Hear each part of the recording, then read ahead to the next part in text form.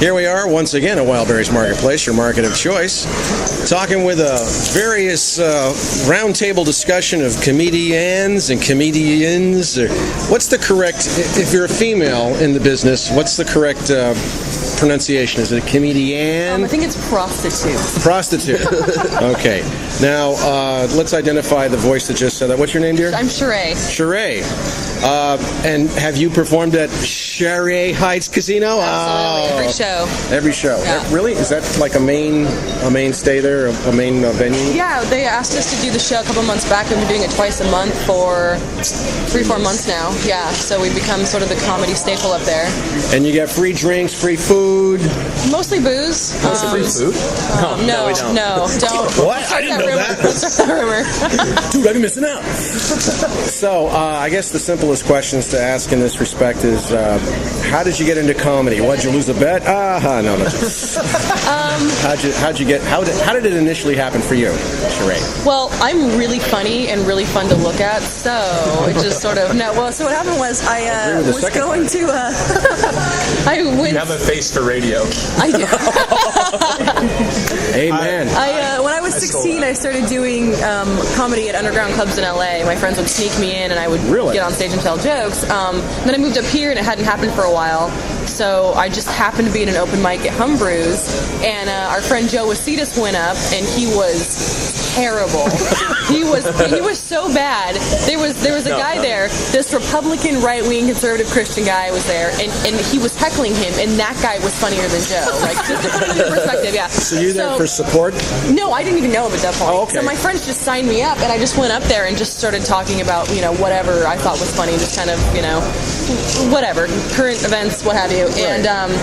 And it wasn't really good, but in comparison to Joe's performance, it was monumental. So Joe and Joe asked me if we would, if it was all right if we could write together, and we started writing together, and started doing open mics at Jambalaya, and then we met Joe Deschaine, and then eventually Nando. Is that your last name? Yes. I never know. I just call him Joe. Hey, Joe, behind the register, Joe. So that's how you started. Yes. Okay, I'm going to get back to you in a minute. I want to know how Terry. What was your name? Maty. Maty. I know it began with Maty. I go by Ratty Maty, but Ratty Maty because of your wardrobe. This sounds this is gonna sound great. I was picked up in a bar to do comedy by Sherae. Oh, okay. I was going to say we were hanging with some friends. Am I supposed to look you in the eyes when I do this? What am I supposed to do? We're not on camera, man. Don't worry. You can stare out the window. I don't care. So I was. Not sexy. I was in a bar and hanging with friends, like just being around people that I enjoy life with, and I was feeling good, and she came up and was like, you know what, you need to do this on stage. I never thought that I would be able to do something like that, but to be able to have everyone's attention is an only child's dream.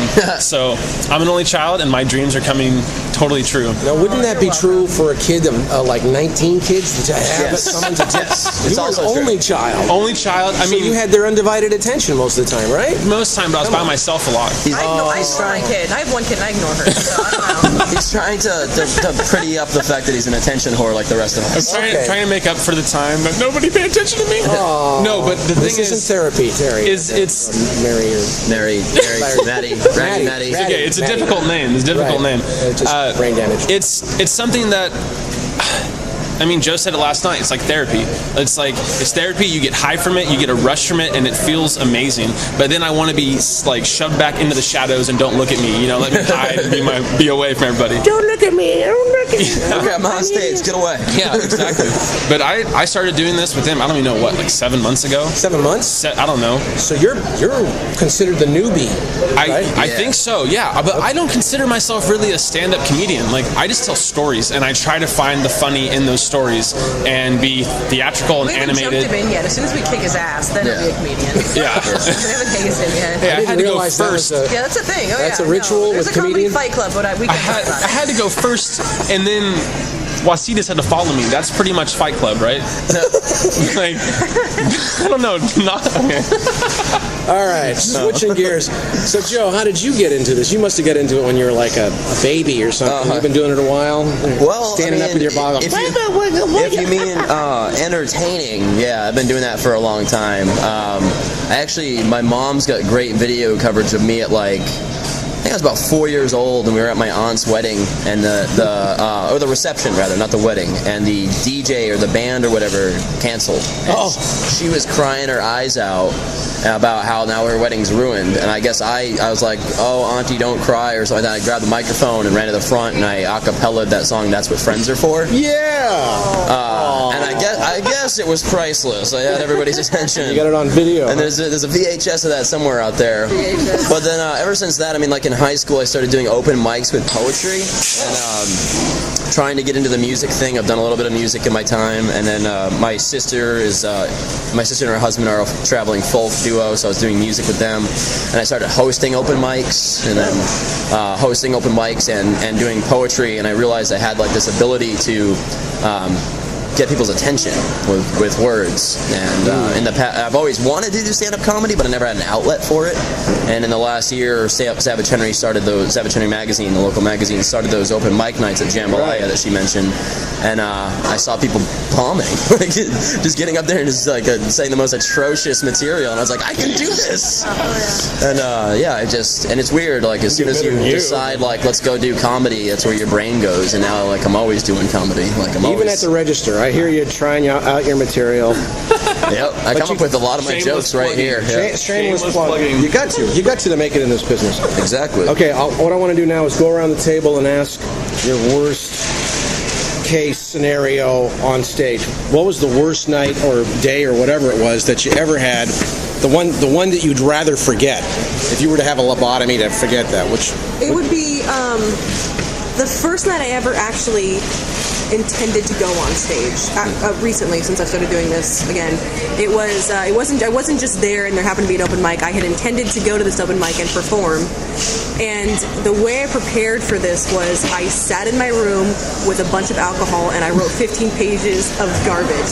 It just was ramblings, and I was laughing, like it was funny to me, but it was I wrote a novel and I got wasted. So I wake up, I'm totally hungover, I don't remember anything I've written, so I go to the open mic and I get on stage, and I started to drink again. So I was in this weird like drunk limbo where I was like hungover and then starting to I was a mess. Worst I was case sweating. scenario. Yes. So basically, I stood up there for 18 minutes and read out of my notebook, and I just kept toasting the crowd and trying to divert attention from the fact that I totally sucked.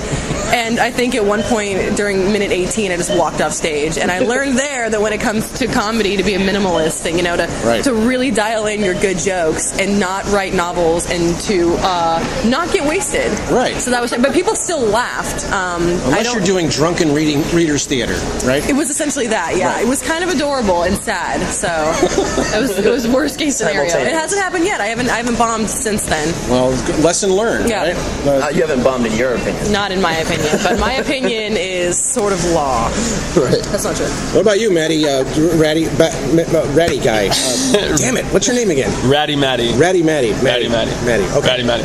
Okay. I would say the first time I did the Savage Henry open mic, So You Think You Can Funny, I had no idea it was only going to be 5 minutes, and I am still learning how to be funny quickly and be a minimalist. So I ran through about 10 to 15 different bits that I sped as fast as I could and said them as quick as I could. Nobody knew what the fuck I was talking about, and then I got the wrap-up sign, and I'm just like, oh my god, okay, I'm done. I'm walking off, and I was done.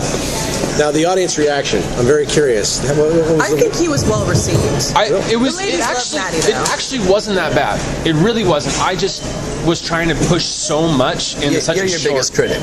Exactly. Okay. Exactly. I actually had people come up to me and say that it was pretty good. Yeah. So what I'm looking for is the worst case scenario of a negative audience reaction. I'm writing a book. The reggae show. 1001 audience reactions. I can tell you. Okay. Well, we'll go back to the ladies. I apologize. No. This was a lot of fun though.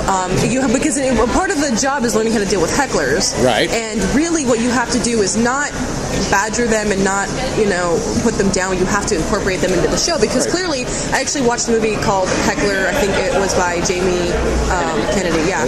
And really, they're just upset that they aren't the one on stage, so they want to divert. Yeah. So give them what they want. Right. It was a show at Humbrew's, and I'm on stage, and I think I was making fun of tsunamis or something super inappropriate. So he started talking. He was having a really loud conversation, and I was like, "Here's the thing: when you're on stage, you can't really hear or see anybody. Like, you don't know people are laughing. You're just hoping. time, you know? The lights are in your so eyes. if I can hear you talking, you're way too loud. So I was like, we're gonna have to edit this, but I said, you know, excuse me, you know. Well, first I told him to shut the and then but he wouldn't. He refused. So I said, do you want to get up here and do this? And he was like, maybe. And I said, well, get on up here and do it then, because you know I don't interrupt your hobby to knock the dick out of your mouth. And anyways, and then so I made him laugh, and we ended up being friends. And I actually made him come on stage so that he could tell jokes. It was awful. It was awful. Get on stage. I made him get on stage. On stage is a euphemism for. Be careful. The words are very important. That was Choose your wording awful. wisely. It was pretty terrible.